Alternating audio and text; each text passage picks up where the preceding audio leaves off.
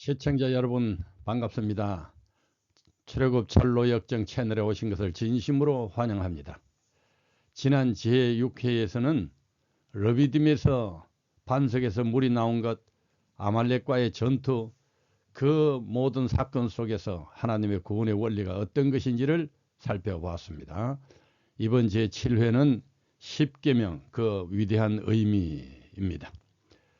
십계명보다 한 300년 이전에 고 바벨로니아의 함무라비 법전이라는 것이 발견된 적이 있습니다. 그러나 이 십계명 법은 참으로 신령하고 위대한 인류의 모든 법전의 기반이 되는 훌륭한 아주 계명입니다. 자, 여기에 그 십계명을 받은 시내산 전경의 위성사진 모습입니다. 이 사진이 아주 시내산을 한눈에 잘 볼 수 있도록 찍혔는데요. 이스라엘 백성이 이 시내산을 중심으로 삥 돌아서 시내 광야에서 장막을 치게 되는 모습을 여기서 자세히 볼 수가 있습니다. 그래서 호렙산과 시내산이 가까이 있으므로 이 성경의 기록들이 아주 일치하는 모습을 보게 됩니다. 시내산 모습 자세히 나왔으니 참고하시길 바랍니다.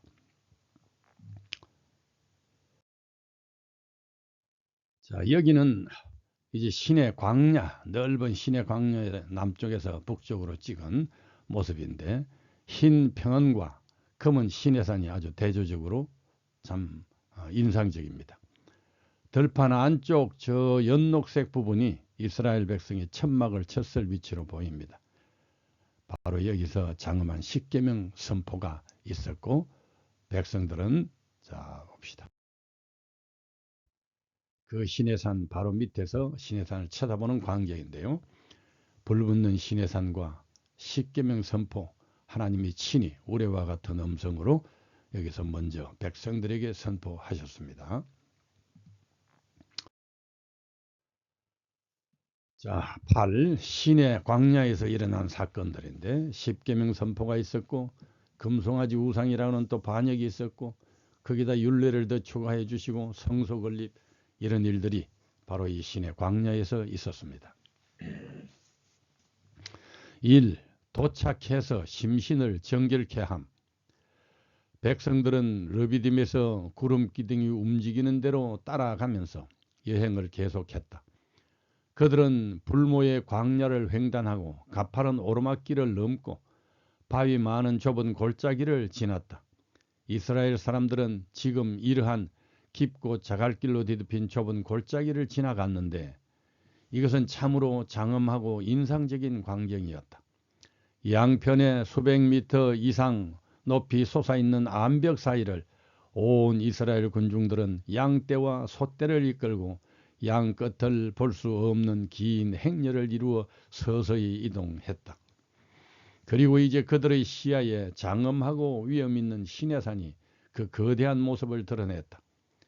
구름 기둥은 이 산 꼭대기에 머물렀고, 백성들은 그 산 아래 평지에 장막을 쳤다.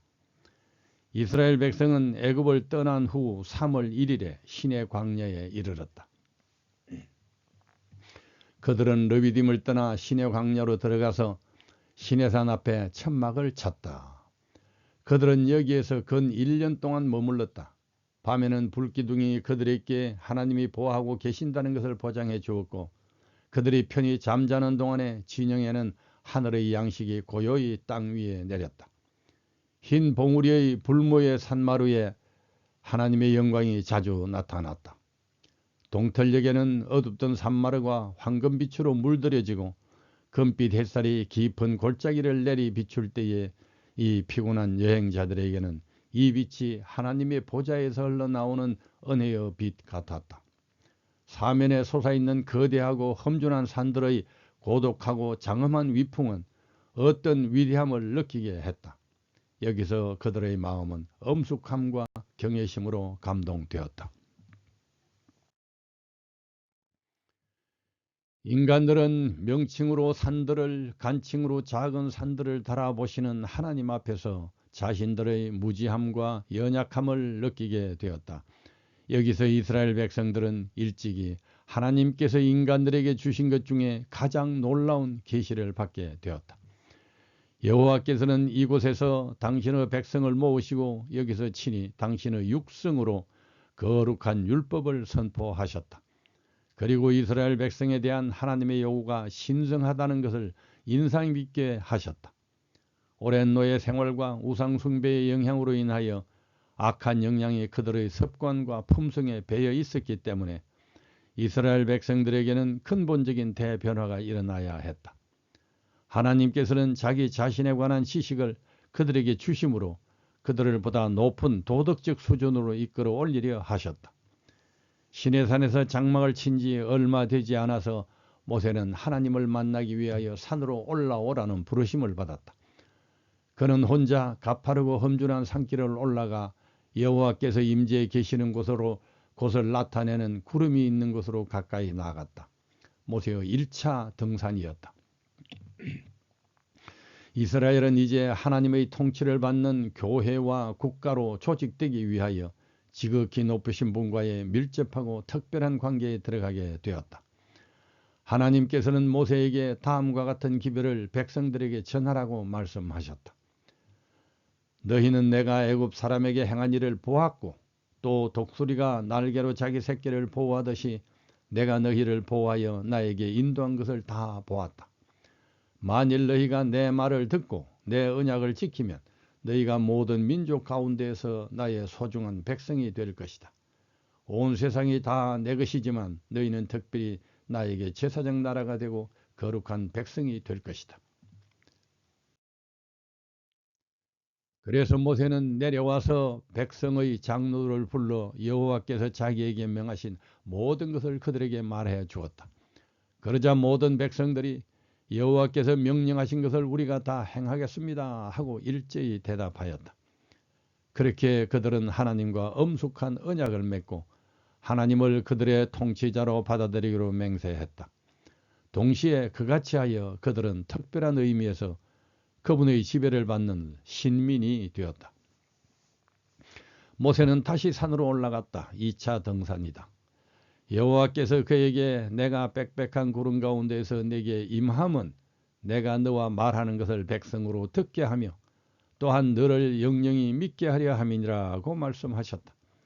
백성들은 그곳까지 오는 길에서 어려움을 당했을 때에 모세와 아론을 원망했고 자기들을 멸망시키기 위하여 애굽에서 인도해 냈다고 비난하였다.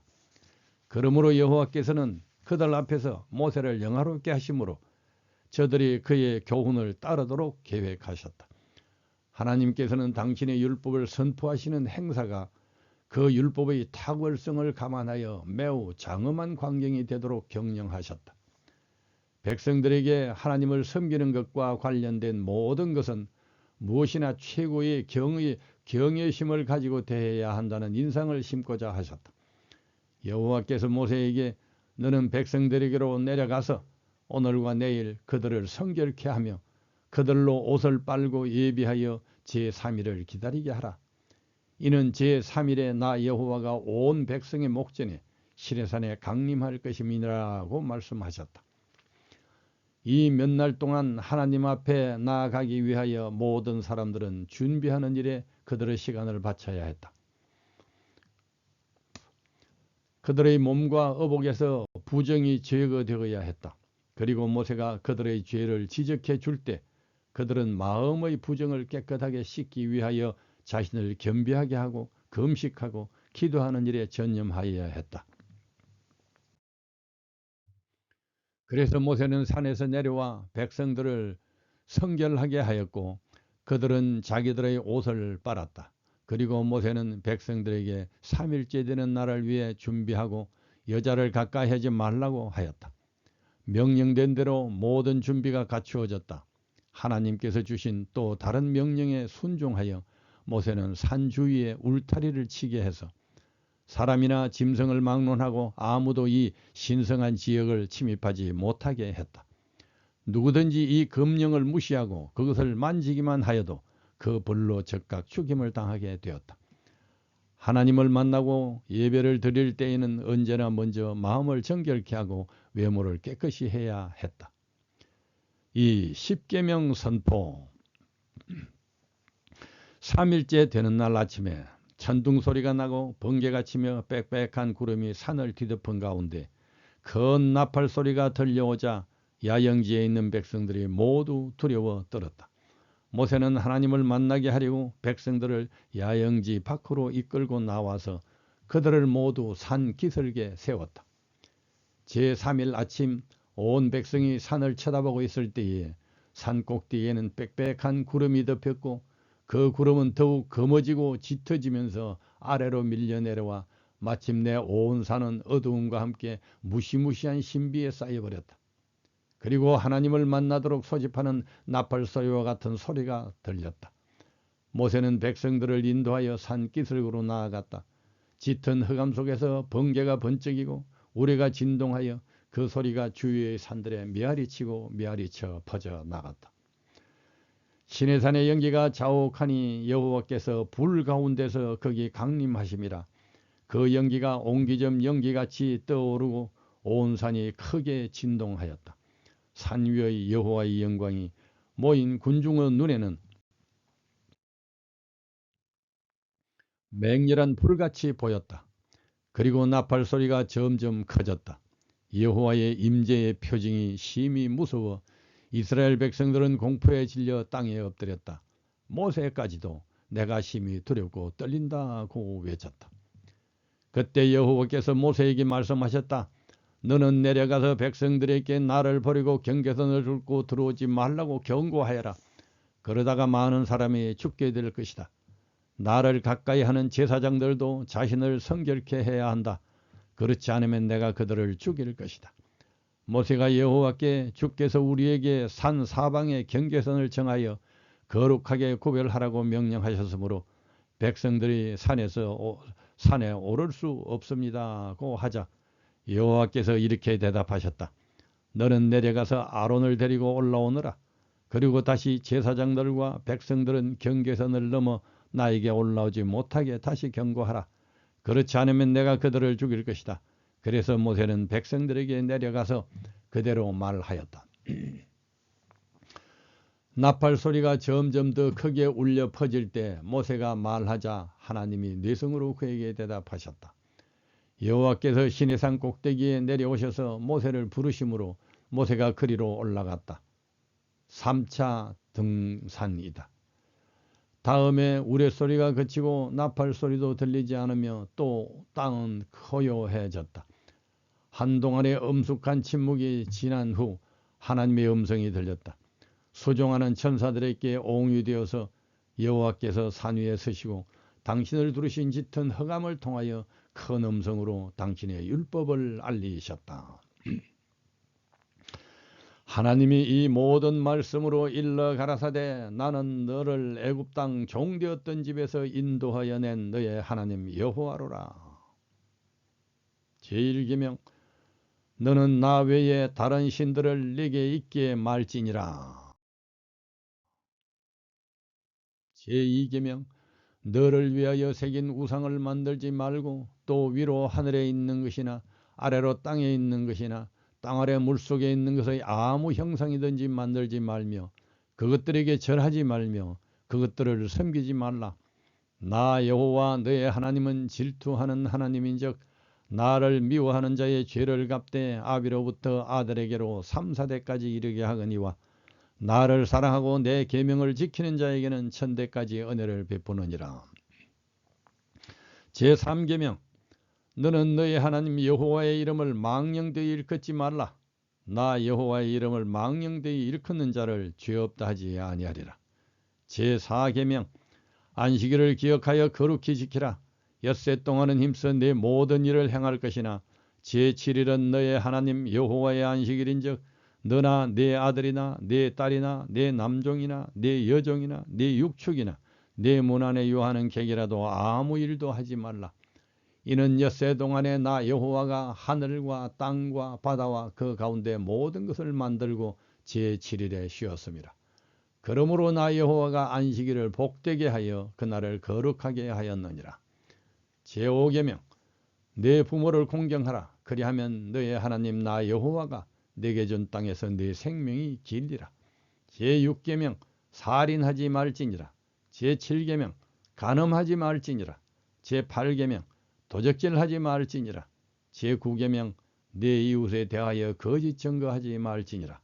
제10계명 내 이웃의 집을 탐내지 말지니라. 내 이웃의 아내나 그의 남종이나 그의 여종이나 그의 소나 그의 나귀나 물은 내 이웃의 소를 탐내지 말지니라.